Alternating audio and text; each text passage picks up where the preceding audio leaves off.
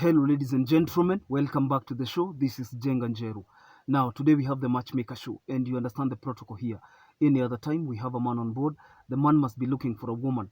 In the same way, when we have a woman on board, that woman must be looking for a man.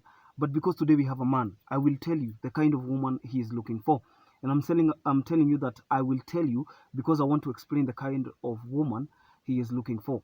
Our guest on today's show is a special kind of guest because of the career he's holding. You all know that whether the person comes in person or sends a message that can be read on his or her behalf, it serves the same purpose. Not everyone will be able to make on the show in person. Now, our guest on today's show is a politician, and not so much about his politics or line of career.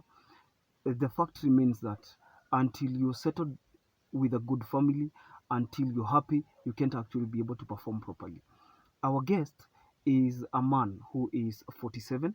He is a politician, but he asked me not to mention his position because you could be a politician holding the lowest form of government. The lowest level of government is the member of county assembly, and the highest is, of course, the president. And we are not speaking about the president in this case. And I am, I am, I was just given a brief of who he is, and he could be a person you like, but he's a former politician. Let me use the word former because when I use the word a politician, once a politician, always a politician. But when we speak of a politician in the present sense or the present tense, somebody could be thinking that the person is already in parliament or in active politics or is holding a position. No, this one is former. Former means you could have been ousted or you did not succeed in the last elections.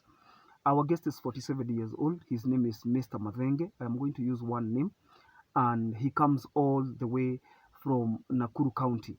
Now, Nakuru County is a county that is full of opportunities, and it's also cosmopolitan. In as much as it is metropolitan, it is also cosmopolitan, and different people from different backgrounds come to Nakuru to come and invest. So he is looking for a wife. Reason being that his wife divorced him more than 15 years ago. When they were newly wedded, it happened that they could also have differences here and there. Most of you who have been divorced understand that some of these differences are irreconcilable. They cannot be merged. There is no amount of counseling, there is no amount of mending that can come in between. So Mr. Madhenge is single and searching, and you could be asking yourself, does he live in Nakuru? No, he's living in Nairobi, but he has a home in Nakuru. You could be asking yourself again, what kind of a woman is he looking for? Because again, when you have when you have decided to be in the political ring, you see anything you do or say could be used against you in the political ballot, in the political campaigns. So he doesn't want people saying it maybe in the next elections because he has not given up on politics. He doesn't want people saying that, oh, huyu mimi huyu sijui afadhali mimi huyu anatafutiwa mpaka bibi. That's why he cannot be able to come in person. There are people who come on the show. They are politicians. There are people who have gotten politicians on the show. Remember people like Mary Steve, people who got politicians. We also had politicians who got match on the show. So it is not a new thing on the matchmaking show. And everyone is a human being, regardless of the kind of occupation they are taking. At the same time, it's also important to understand that on this show we believe in families. We do not discriminate against people. And where other people see seeds, we see flowers of the future. Where other people see impossibilities, we see possibilities. We have seen people who even didn't believe in themselves, and we got them much on the show, and it's always a beautiful experience. It's always a beautiful thing. Now, on today's show, I am dedicating it to even everyone who is out there maybe thinking that they will never be matched, or I believe in the Bible. I also believe you do. And if your faith is strong, you understand what the Bible says in Isaiah, that none of you shall lack a meat. God doesn't specify when, God doesn't say why, when and where. He doesn't give a context. But if you're a believer, you also know in Hebrews, the Bible says that it is impossible to please God without faith. The same Hebrews chapter 11 and verse 1 says that for now faith is the assurance of things hoped for and the evidence of things not seen. So you can imagine having the evidence of things you've never seen, having evidence for things not seen, almost sounds insane. But again, this is faith, and the faith is a moving force. So we are wishing every single person the best of luck. So Mr. Madenge is looking for a woman who is between the ages of 40 and 44.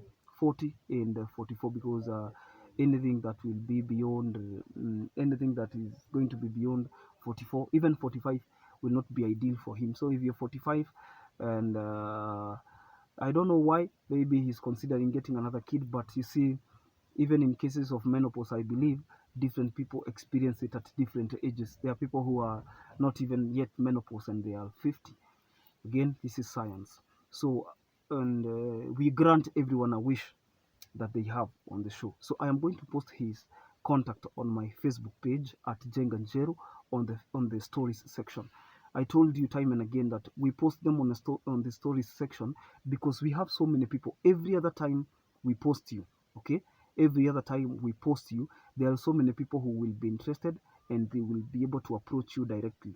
So within 24 hours, we believe that somebody could have approached you, or some people have approached you, and maybe you have begun a conversation. Otherwise, if somebody approaches you, you can begin the conversation, and at the same time, kama hata kupendeza, maybe later you can come back and instead of keeping your number on the timeline mahali haitafutika, or putting your number here on YouTube na haitawahi futika. So hata wakati umepata mtu, it's 1 year down the line, people are still calling you because the show will still have new members, new people coming up, new people discovering the show, and they will be like, I watched this one and it's very interesting, so can I contact the person? So we also safeguard and protect our customers and our clients and their integrity. Again, don't be afraid, this show is free of charge. So if you want to be posted, for example, and you can talk to our team. Also, if you want to appear on the show, appearing on this show like in person, unataka kukuja hapa kwa show tuseme na wewe nini na nini, you can also book an appointment and then we see whether you can also get a match. If you want it to be like posted on the stories, you can talk to our team, wataongea na wewe on 0712 997 660 exclusively on WhatsApp. You can WhatsApp them and Liz is in charge. Liz ndiye anakuanga in charge. We have Liz, we have Tony, and of course we have Alice. And we are wishing everyone the best of luck if you're there. And na tumesema Bwana Madenge waliwachana 15 years ago, walikuwa na mtoto mmoja, yeye ndiye alibaki na mtoto. Okay? Yeye alibaki na mtoto, mama kaenda na akaolewa. So he is alone. And now the son amekuwa mtu mkubwa. Sasa ni mtu mkubwa, mtu amemaliza shule, and sasa mambo iko sawa. Na ukitaka vizuri unaweza muongelesha pale, and then one thing leads to another. Who knows, maybe we'll be celebrating the both of you from Nakuru, and huko ndio kwao nyumbani. Hatutapenda details sana, tumesema yeye ni politicians, but you can also, we have all his details, so there is nothing to be afraid of. You can contact him mkiona kama mnasikizana, well and good. Yeye ako sawa, hata mkitaka kukutana kwa ofisi yetu, you can always do that. Sawa sawa. Until next time, God bless you. Don't forget to subscribe to our YouTube channel, like these videos, and always leave a comment. Let us know what you think in the comment section. Until next time, this is Jenga Njeru. God bless you. Bye bye.